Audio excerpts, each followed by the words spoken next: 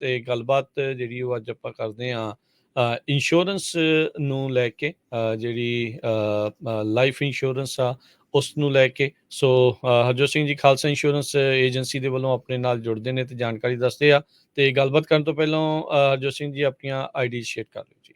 ਜੀ, ਸਾਡਾ ਕੈਲੀਫੋਰਨੀਆ ਦੇ ਵਿੱਚ ਲਾਇਸੈਂਸ ਨੰਬਰ ਹੈਗਾ 0F89805। ਈਵਨ ਦੋ ਅਸੀਂ 30 ਤੋਂ ਵੱਧ ਸਟੇਟਾਂ ਦੇ ਵਿੱਚ ਇੰਸ਼ੋਰੈਂਸ ਕਰਦੇ ਹਾਂ। ਇੱਕ ਵਾਰੀ ਫਿਰ ਜਿੰਨੇ ਵੀ ਸਾਡੇ ਸਰੋਤੇ ਸੁਣ ਰਹੇ ਆ, ਤੁਸੀਂ ਲਾਈਫ ਇੰਸ਼ੋਰੈਂਸ ਹਜੇ ਤੱਕ ਨਹੀਂ ਕਰਵਾਈ ਜਾਂ ਐਕਸਟਰਾ ਲੈਣੀ ਆ ਤੇ ਹਮੇਸ਼ਾ ਤੁਸੀਂ ਖਾਲਸਾ ਇੰਸ਼ੋਰੈਂਸ ਏਜੰਸੀ ਦੇ ਆਫਿਸ ਕਾਲ ਕਰ ਸਕਦੇ ਹੋ। 408272 ਸਾਡੇ ਕੋਲ ਬਹੁਤ ਵਧੀਆ ਪ੍ਰੋਗਰਾਮ ਹੈਗੇ ਆ।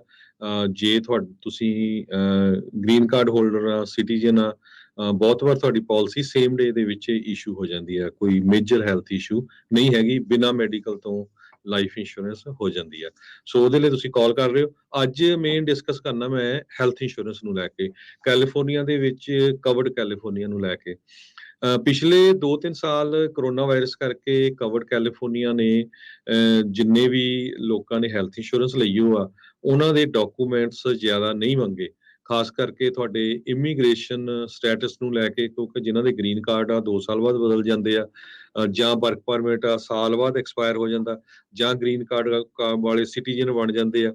ਸੋ ਉਹ ਜਿਹੜੀਆਂ ਚੀਜ਼ਾਂ ਆ ਉਹ ਪਿਛਲੇ ਕੁਝ ਮਹੀਨਿਆਂ ਤੋਂ ਲੈਟਰ ਭੇਜ ਰਹੇ ਆ। ਇੱਕ ਤੁਹਾਡਾ ਇਮੀਗ੍ਰੇਸ਼ਨ ਸਟੇਟਸ ਤੇ ਇੱਕ ਤੁਹਾਡੀ ਇਨਕਮ।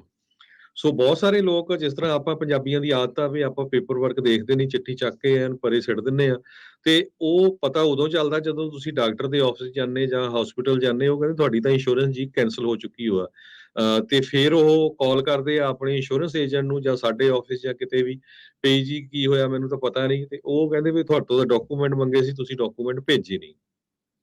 ਸੋ ਜਿੰਨੇ ਵੀ ਸਾਡੇ ਸਰੋਤੇ ਸੁਣ ਰਹੇ ਹੈਗੇ ਆ, ਸਾਰਿਆਂ ਨੂੰ ਮੇਰੀ ਬੇਨਤੀ ਆ, ਜੇ ਕਿਸੇ ਨੇ ਵੀ ਹੈਲਥ ਇੰਸ਼ੋਰੈਂਸ ਤੁਸੀਂ ਕਵਰਡ ਕੈਲੀਫੋਰਨੀਆ ਦੇ ਥਰੂ ਲਈ ਆ, ਚਾਹੇ ਤੁਸੀਂ ਕਿਸੇ ਵੀ ਕੰਪਨੀ ਨਾਲ ਆ, ਕਾਈਜ਼ਰ, ਬਲੂ ਕ੍ਰਾਸ, ਜਿੰਨੀਆਂ ਵੀ ਕੰਪਨੀਆਂ 12 ਦੇ ਕਰੀਬ ਕੰਪਨੀਆਂ ਹੈਗੀਆਂ ਆ, ਮੇਕ ਸ਼ੋਰ ਕਰੋ ਆਪਣੇ ਇੰਸ਼ੋਰੈਂਸ ਏਜੰਟ ਨੂੰ ਕਾਲ ਕਰਕੇ ਜਾਂ ਕਵਰਡ ਕੈਲੀਫੋਰਨੀਆ ਨੂੰ, ਵੀ ਤੁਹਾਡਾ ਕੋਈ ਡਾਕੂਮੈਂਟ ਮਿਸਿੰਗ ਤਾਂ ਨਹੀਂ ਹੈਗਾ।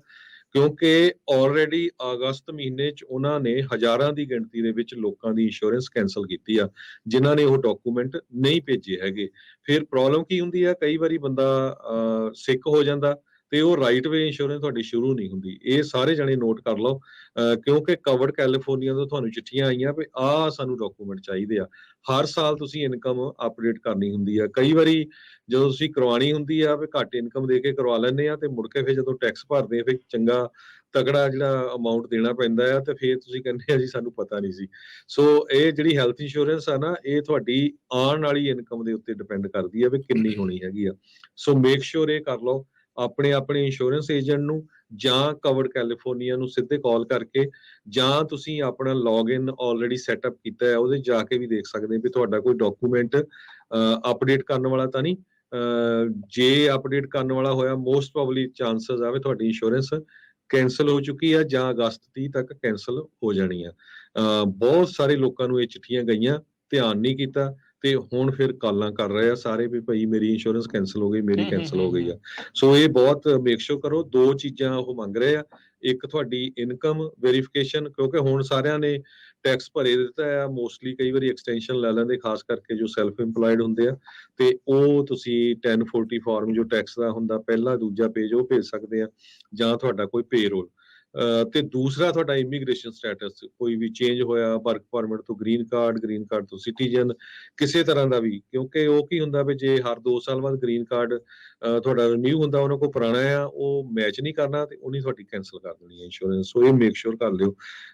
ਤੇ ਆਉਣ ਵਾਲੇ ਇੱਕ ਹੋਰ ਜ਼ਰੂਰ, ਬਹੁਤ ਸਾਰੇ ਲੋਕਾਂ ਦੀ ਲੇ ਆਫ ਹੋ ਰਹੀ ਹੈ ਕੰਪਨੀਆਂ ਦੇ ਵਿੱਚ, ਤੇ ਜੇ ਤੁਸੀਂ ਕੰਮ ਤੋਂ ਲੇ ਆਫ ਹੋ ਜਾਂਦੇ ਆ, ਤੁਹਾਡੀ ਕੰਮ ਤੇ ਹੈਲਥ ਇੰਸ਼ੋਰੈਂਸ ਚੱਲਦੀ ਸੀ, ਤੇ ਤੁਸੀਂ ਪੂਰੇ ਸਾਲ ਦੇ ਵਿੱਚ ਕਦੇ ਵੀ ਤੁਸੀਂ ਇੰਸ਼ੋਰੈਂਸ ਵਿਦਿਨ 30 ਡੇਜ਼ ਕਰਾ ਸਕਦੇ ਹੋ। ਜੇ ਮੰਨ ਲਓ ਤੁਸੀਂ ਅੱਜ ਕੰਮ ਤੋਂ ਲੇ ਆਫ ਹੋ ਗਏ ਆ, ਤਾਂ ਕਵਰਡ ਕੈਲੀਫੋਰਨੀਆ ਤੋਂ ਵਿਦਿਨ 30 ਡੇਜ਼ ਤੁਸੀਂ ਇੰਸ਼ੋਰੈਂਸ ਕਰਵਾ ਸਕਦੇ ਆ। ਉਹ ਸਪੈਸ਼ਲ ਐਨਰੋਲਮੈਂਟ ਉਹਨਾਂ ਲਈ ਹੈਗੀ ਆ। ਜੋ ਨਵੇਂ ਰਿਨਿਊਲ ਹੋਣੇ ਆ, ਇਹ ਨਵੰਬਰ ਮਹੀਨੇ ਦੇ ਵਿੱਚ ਸ਼ੁਰੂ ਹੋਣੇ ਆ।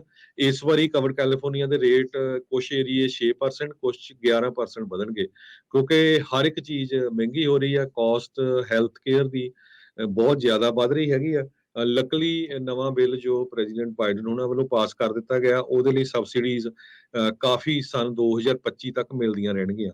ਜੇ ਸਬਸਿਡੀਜ਼ ਨਾ ਮਿਲਦੀਆਂ ਤੇ ਲੋਕਾਂ ਦੇ ਪ੍ਰੀਮੀਅਮ ਬਹੁਤ ਜ਼ਿਆਦਾ ਹਾਈ ਹੋਣੇ ਸੀਗੇ। ਸੋ ਰਾਈਟ ਨਾਓ ਇਸ ਵਾਰੀ 12 ਦੇ ਕਰੀਬ ਇੰਸ਼ੋਰੈਂਸ ਕੰਪਨੀਜ਼ ਹੈਗੀਆਂ ਆ ਇਹਦੇ ਵਿੱਚ ਹਿੱਸਾ ਲੈਂਦੀਆਂ। ਸੈਕਰਾਮੈਂਟੋ ਏਰੀਏ ਦੇ ਵਿੱਚ ਐਟਨਾ CVS ਇੱਕ ਹੋਰ ਕੰਪਨੀ ਉਹ ਆਉਣ ਵਾਲੇ ਸਾਲ 'ਚ ਐਡ ਕਰਨ ਜਾ ਰਹੇ ਆ, ਜੋ ਜਨਵਰੀ ਤੋਂ ਸਟਾਰਟ ਹੋਣੀ। ਸੋ ਜਿਨ੍ਹਾਂ ਦੇ ਰਿਨਿਊਲ ਹੋਣੇ ਆ ਉਹ ਨਵੰਬਰ ਮਹੀਨੇ ਤੋਂ ਹੋਣੇ ਆ, ਅਕਤੂਬਰ 'ਚ ਵੀ ਹੋ ਸਕਦੇ ਆ, ਪਰ ਉਹ ਇਫੈਕਟਿਵ ਜਨਵਰੀ ਤੋਂ ਹੀ ਹੋਣੇ ਆ।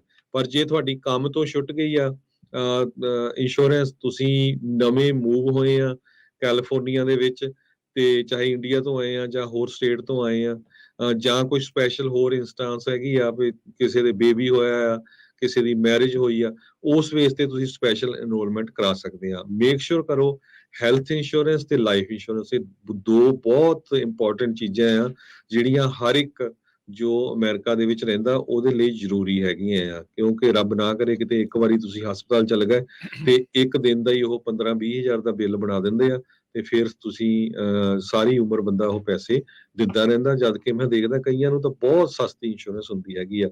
ਸੋ ਇਹ ਸਾਰੇ ਜਾਣੇ ਨੋਟ ਕਰ ਲਓ, ਜਿਹਦੇ ਕੋਲ ਵੀ ਕਵਰਡ ਕੈਲੀਫੋਰਨੀਆ ਦੇ ਥਰੂ ਇੰਸ਼ੋਰੈਂਸ ਲਈ ਆ, ਆਪਣੇ ਮੇਕ ਸ਼ੋਰ ਕਰ ਲਓ ਕਿ ਤੁਹਾਡਾ ਕੋਈ ਡਾਕੂਮੈਂਟ ਮਿਸਿੰਗ ਤਾਂ ਨਹੀਂ ਹੈਗਾ। ਸਾਡੇ ਆਫਿਸ ਵਾਲੇ ਸਪੈਸ਼ਲ ਮੈਂ 3 ਬੰਦੇ ਲਾਏ, ਉਹ ਕਾਲਾਂ ਕਰਕੇ ਕੱਲੇ ਦੀ ਫਾਈਲ ਚੈੱਕ ਕਰਕੇ ਵੀ ਕੋਈ ਇਦਾਂ ਨਾ ਹੋਵੇ ਵੀ ਰੱਬ ਨਾ ਕਰੇ ਕੱਲ ਨੂੰ ਬਿਮਾਰ ਹੋ ਜਾਏ ਤੇ ਹਸਪਤਾਲ ਗਿਆ ਤੇ ਹਸਪਤਾਲ ਵਾਲੇ ਕਹਿੰਦੇ ਹੁਣ ਤਾਂ ਤੁਹਾਡੀ ਇੰਸ਼ੋਰੈਂਸ ਨਹੀਂ। ਤੇ ਹੈਲਥ ਇੰਸ਼ੋਰੈਂਸ ਦਾ ਇਹ ਹੁੰਦਾ ਵੀ ਰਾਈਟ ਵੇ ਨਹੀਂ ਸਟਾਰਟ ਹੁੰਦੀ, ਆਫਟਰ 30 ਡੇਜ਼ ਸਟਾਰਟ ਹੁੰਦੀ ਆ, ਤੇ ਤੁਸੀਂ ਪੂਰੀ ਤਰ੍ਹਾਂ ਰਗੜ ਹੋ ਜਾਓ। ਜੀ ਜੀ। ਸੋ ਬਿਲਕੁਲ, ਜੇ ਤੁਸੀਂ ਵੀ ਜਾਣਕਾਰੀ ਹਾਸਲ ਕਰਨੀ ਆ ਤੇ ਤੁਸੀਂ ਖਾਲਸਾ ਇੰਸ਼ੋਰੈਂਸ ਏਜੰਸੀ ਨੂੰ ਕਾਲ ਕਰ ਲਿਓ। 408-272 ਹੈ 2500 4082722500 ਦੇ ਉੱਤੇ ਤੁਸੀਂ ਖਾਲਸਾ ਇੰਸ਼ੋਰੈਂਸ ਏਜੰਸੀ ਦੇ ਨਾਲ ਸੰਪਰਕ ਕਰ ਸਕਦੇ ਆ।